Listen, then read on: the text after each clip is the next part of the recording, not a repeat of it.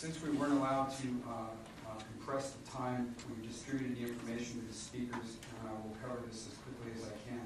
The first thing that I would like to let the council know is no one wishes to hold anyone responsible for trying to do a good deed. There are 5 packages being distributed to you right now, each roughly in the exact order of the speakers that are going to come up, so that we can address each of the letters to you. The folks that are opposed to this current piece of legislation is, to start with, tonight you're going to hear from the Holiday Inn manager, Marriott Hotel, Mike Patel, asking you to speak out and please ask you to reconsider this, that he is opposed to it because of the situation of having to let animals into the Marriott hotels, etc. The Lewis Group was trying to get me a letter at the last minute. It didn't come through, but I have that letter which I will give to the city in the future in the next 24 hours. The Italian Kitchen submitted a letter. Sizzler's management company, B&W, is opposed and submitted a letter. The Grocery Association is opposed and submitted a letter. The Restaurant Association did not get us their correspondence, however, we've been in conversations with them. We've been in conversations with the CDC out of Washington, D.C. As a former nuclear, chemical, and biological defensive warfare expert for the United States Air Force, I contacted the CDC to see if they had an opinion on contact and transmission. They were absolutely amazed that we were considering an All Species Act. So was the State Health Department and the County Health Department, the county of which did respond. And it says, we have reviewed the Hesperia proposed ordinance, and while we have no official opinion on the ordinance, the Environmental Health Services is the regulatory authority over all food facilities in the county and cities within the county. EHS currently enforces state law in all food establishments under the authority of the California Health and Safety Code and only allows trained service animals. The definition of a service animal is found in the Americans Disabilities Act, ADA. The definition of a service animal is slated to change in this Act on March the 15th, 2011. That's today. Subsequent changes to the definition of service animals in California Health and Safety Code will be enforced by EHS in all food facilities throughout the county. So it would appear that this legislation has not taken into consideration the fact that we're in conflict with county and most potentially state legislation, not to mention the federal legislation. In front of you, I highlighted a copy of the ordinance because one particular council member was not aware of the fact that there was liability if you refused service. And clearly in the penalties clause in the back, it is. As I highlighted some of these things, I'd ask you to look at this as if you were the business owner or if you were the hotel owner, the restaurant owner, and you were looking for ways that you could be sued in this. Everywhere you see a highlight in this document, there is the potential for nuisance lawsuits and litigation. And by all means, Mr. Leonard, have I gone over? Is it red light time? Yep. Okay, I'm sorry. The letters that you see there are going to be brought forward by the other speakers. Thank you. Next is Don Jensen.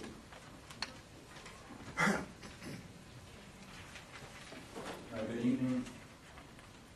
This is not about leaving things the way they were, because there was no ordinance before with monetary damages or fees attached to it in addition.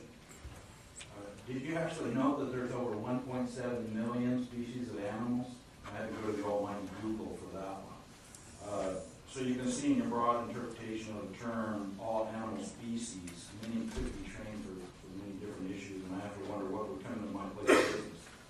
Since our last meeting, I spoke with numerous citizens and business owners who expressed disgust and concern. I'm here tonight to voice their opposition. I don't want to try to determine if an animal is a danger or could lead to a walkout of my customer because they have health concerns, allergies, or just disgusted in general. How many ordinances have been created based on one person's request and one person's objection, mine, in the last session, with damages or fees attached that could affect all of us? I'd really like to hear an answer to that after I finish. I'd like to introduce an email I think Bill just did regarding the health department that clearly overturns the all public places wording within the ordinance itself. I spoke with the head of the county library, and Leonard Hernandez clearly stated that in no way are rats allowed in there, and he was calling his attorney after he was made aware that this was what was going on over at the library. we have the county buildings not included in the ordinance issue, nor food establishments per the health department. So why are we proceeding when there's an overwhelming objection being voiced? I'd like you to engage the audience by asking all citizens and businesses of Hesperia to raise your hands if you're here against the ordinance. The council listened to Danny's request, but I'm one of many who are now asking you to listen to us. As some of you may or may not know, running a business is risky enough, but to add an open ordinance based on one person's request is not sufficient grounds to enact this, in my opinion. From a liability standpoint, this is not if, but when there will be legal action brought against us. Some people said we haven't had any issues in 50 years on it. Many things didn't happen yesterday, like burglary, rape, homicide, or tsunami. So to say that just because it hadn't heard of an issue before, again, is not sufficient grounds to enact this ordinance. Again, so many here who are saying no now. This ordinance is not good for business, and business is what the city needs right now. And as I mentioned last time, if I have to go to shopping, restaurants, elsewhere, meaning Victorville, Apple Valley, I will. And I'm sorry for the business owners here. That's how strongly I feel about this, because I don't know what's going to walk in my business tomorrow, or in the restaurants. Thank you for your time. Brandy Smith.